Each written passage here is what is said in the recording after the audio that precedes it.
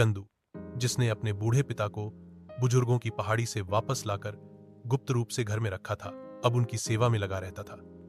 वह गांव में एक पान की दुकान चलाता था और रोज राजा के लिए विशेष पान तैयार करता था। एक दिन गलती से चंदू ने पान में चूना कुछ ज्यादा डाल दिया, जिससे राजा का गला जलने लगा और उसमें घाव हो गया।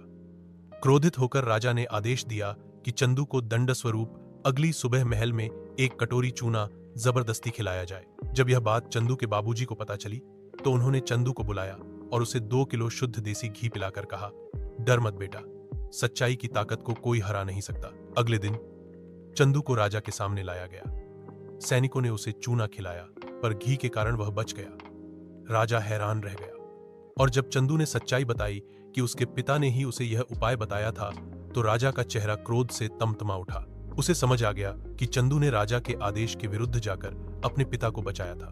राजा ने बिना दया किए चंदू और उसके पिता दोनों को कारागार में डाल दिया।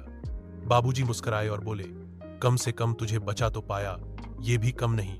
अन्याय के इस राज में सच्चाई की कीमत अक्सर बहुत भारी होती है।